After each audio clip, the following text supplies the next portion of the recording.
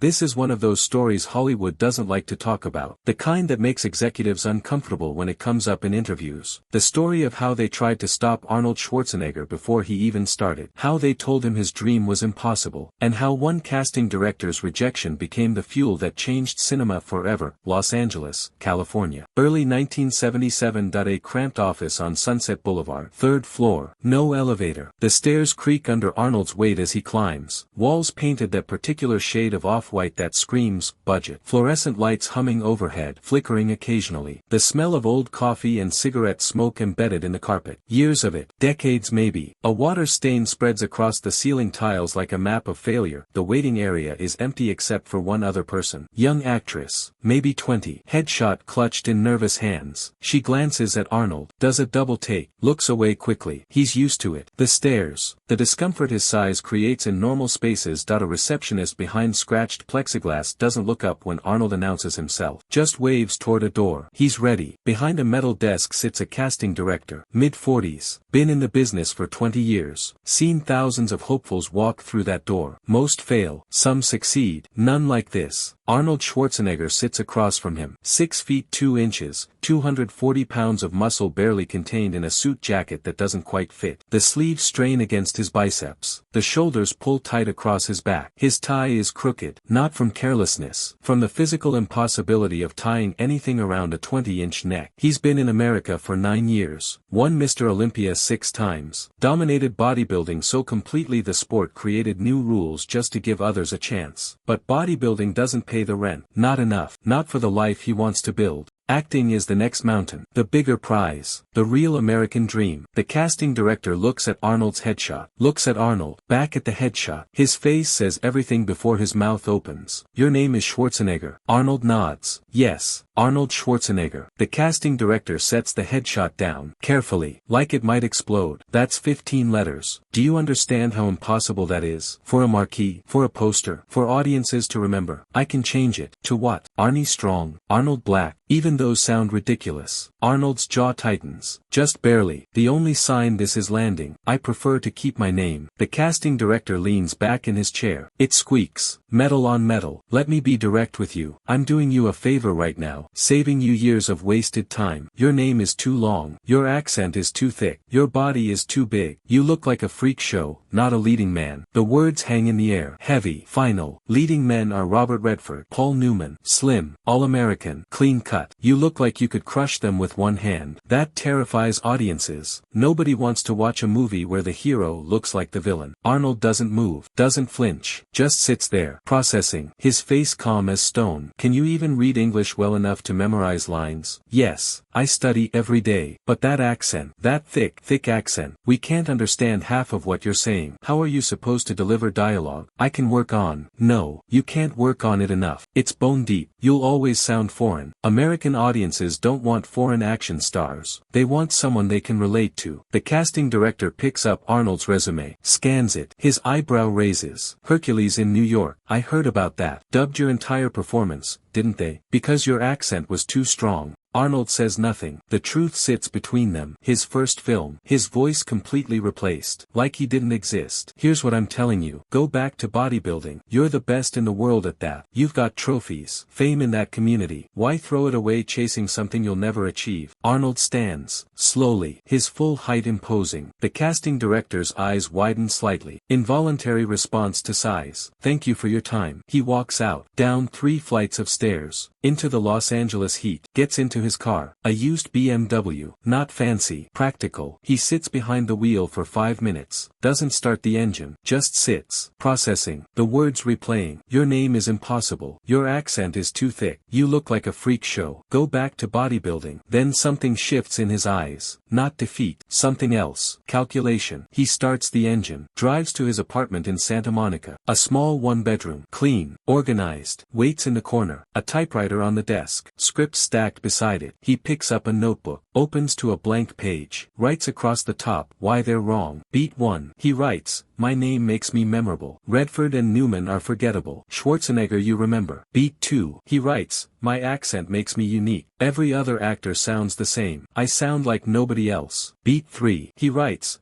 My body makes me unstoppable. Action heroes need to look powerful. I am power. He stares at what he wrote, nods once, closes the notebook. The next morning, Arnold calls his agent. A woman named Sue, tough, smart, believes in him when nobody else does. I got another rejection. What did they say this time? The usual. Name too long, accent too thick, body too big. Sue sighs. Arnold, I'm going to be honest. They're not entirely wrong. Hollywood has rules. You're breaking all of them. Then we find someone who wants the rules broken. That's not how it works. It will work, because I will make it work. Something in his voice stops her. That certainty, that absolute refusal to accept no. Okay, I'll keep trying. 6 months pass. 23 auditions. 23 rejections. Each one the same pattern. Walk in. Impress with presence. Open mouth. Lose the room with the accent. Get the speech about impossible names and unrealistic bodies. Some casting directors are polite. You're very impressive, but not quite right for this project. Translation, too foreign. Others brutal. One middle-aged woman in designer glasses cuts him off mid-sentence. Stop. Just stop. I can't understand a word you're saying. Next. Another casting director, younger, tries to be helpful. Have you considered voice coaching? Maybe lose 30 pounds. Your frame is intimidating. Audiences need someone approachable. The worst is a man in Century City. Expensive office. Floor-to-ceiling windows. He looks Arnold up and down like examining livestock. You might work as a villain. Silent type. Let your physicality do the talking. But hero, leading man, impossible. One director actually laughs. Genuine amusement. You think you can be a movie star, looking like that, sounding like that? He shakes his head, still chuckling. Go back to whatever sport you do. You're wasting everyone's time. Arnold smiles. Yes. The casting director's laugh dies. Something about that simple yes, that absolute certainty, it's unnerving, makes the man uncomfortable in his own office. After each rejection, Arnold goes home, opens the notebook, adds to the list. Why they're wrong grows longer. The reasons multiply. The conviction deepens.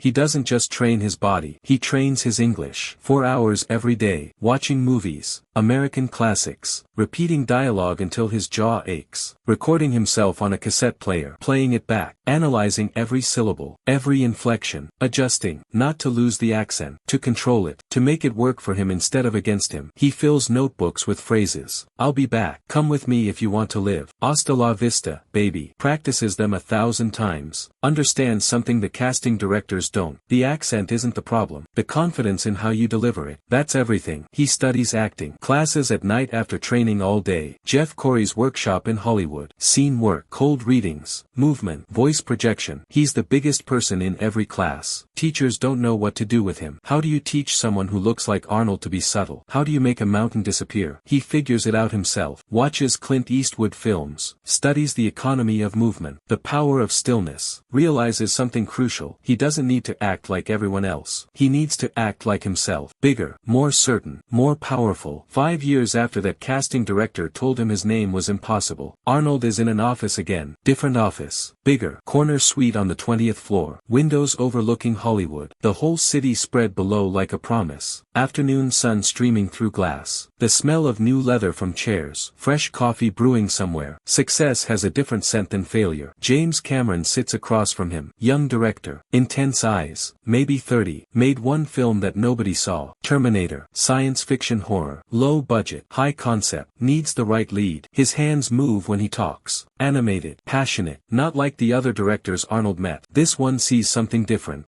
I've seen your work. Conan. You have presence. Arnold nods. Thank you. This character, the Terminator, he's not human. He's a machine. Relentless. Unstoppable. Emotionless. Your accent actually helps. Makes him seem more alien. More foreign. More threatening. Arnold sits forward. Interested. And your body. That's not a problem. That's the point. He needs to look like nothing can stop him. Like he could walk through walls. You look like that. What about my name? Cameron blinks. What about it? 15 letters. Too long for a marquee. That's what they told me. Cameron shrugs. Schwarzenegger fits fine. We'll make the letters smaller. Who cares? Once people see you as the Terminator, they'll never forget the name. Something happens in Arnold's chest. 5 years of rejection. 5 years of impossible. And here's someone saying it doesn't matter. No, better. Saying it's an advantage. When do we start? The Terminator releases October 26, 1984. Budget, $6.4 million.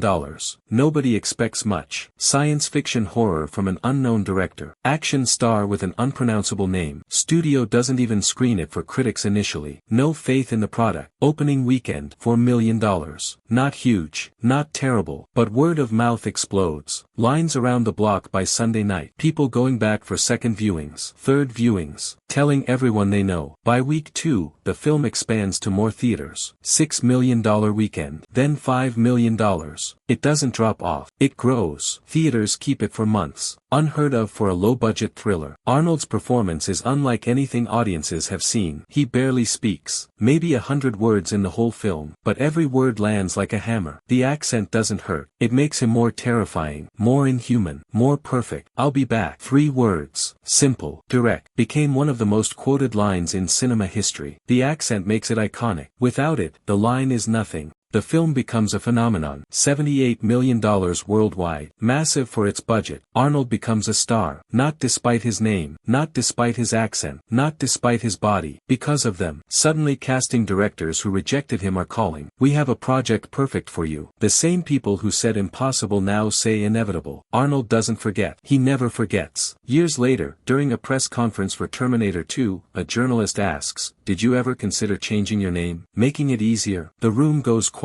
200 journalists. Cameras clicking. Lights hot on Arnold's face. Everyone waiting for his answer. They've heard rumors. Stories about the early rejections. But never from Arnold directly. He leans into the microphone. That slight smile. That certainty that's been there since day one. "They told me my name was impossible. That nobody could remember 15 letters. But everyone in this room knows exactly who I am. The problem wasn't my name. The problem was their imagination." The room erupts. Applause. Laughter. Recognition. Cameras flash like lightning. Journalists scribbling notes. One reporter in the front row shakes his head, grinning. Another woman mouths, "Yes," to herself. They get it. The lesson underneath the story. A veteran entertainment journalist, maybe 60, raises his hand. "Did any of those casting directors ever apologize?" Arnold's smile widens. "Some tried. But you don't need apologies when you have success." After the Terminator comes Predator. Then Total Recall. Then Terminator 2. Each one bigger than the last. Each one proving the casting directors wrong. The accent becomes his trademark. The body becomes his brand. The impossible name becomes synonymous with action cinema. In 1991, Arnold is the highest paid actor in Hollywood. $15 million